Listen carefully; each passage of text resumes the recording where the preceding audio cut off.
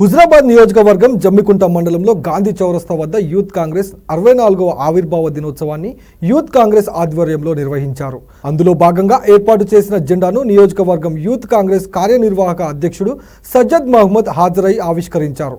అనంతరం ఎన్ఎస్యుఐ రాష్ట్ర ప్రధాన కార్యదర్శి థామస్ స్వీట్లు పంపిణీ చేశారు. ఈ సందర్భంగా సజ్జద్ మాట్లాడుతూ భారతదేశ స్వాతంత్ర ఉద్యమంలో యూత్ కాంగ్రెస్ కీలక పాత్ర పోషించిందన్నారు. రానున్న రోజుల్లో ప్రభుత్వం తీసుకున్న నిర్ణయాలను తూచా తప్పకుండా అమలు చేయడంలో యూత్ కాంగ్రెస్ ముందుంటుందన్నారు. ఈ కార్యక్రమంలో నాయకులు కె వినోద్, నాగరాజు, రోమాల రాజ్ కుమార్, జపానియా, శ్యామ్, వల్లోల్ల రాజేష్, గొడుగు తదితరులు పాల్గొన్నారు.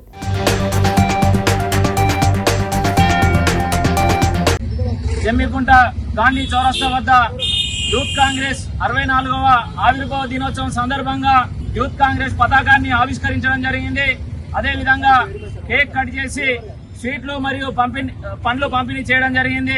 భారతదేశ ఉద్యమంలో యువత ఎంత కీలక పాత్ర పోషించిందో స్వాతంత్ర ఉద్యమంలో యూత్ కాంగ్రెస్ నాడు కీలక పాత్ర పోషించింది.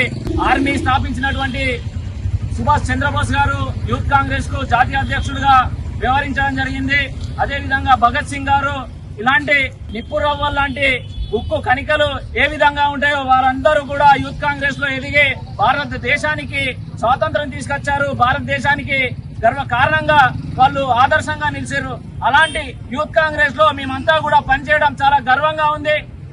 అదే విధంగా ఏ విధంగా అయితే యువతకు నిరుద్యోగ విషయంలో తెలంగాణ రాష్ట్ర ప్రభుత్వం ఎలాంటి హామీలు ఇచ్చిందో ఆ హామీలన్నింటినీ కూడా నెరవేర్చడంలో మా హుజరాబాద్ వంతుగా మేము ముందుండి ప్రభుత్వ ఫలాలన్నింటినీ కూడా యువతకు అందించే విధంగా మేము కృషి చేస్తామని చెప్పేసి, అదే విధంగా తెలంగాణ తెచ్చుకున్నాం.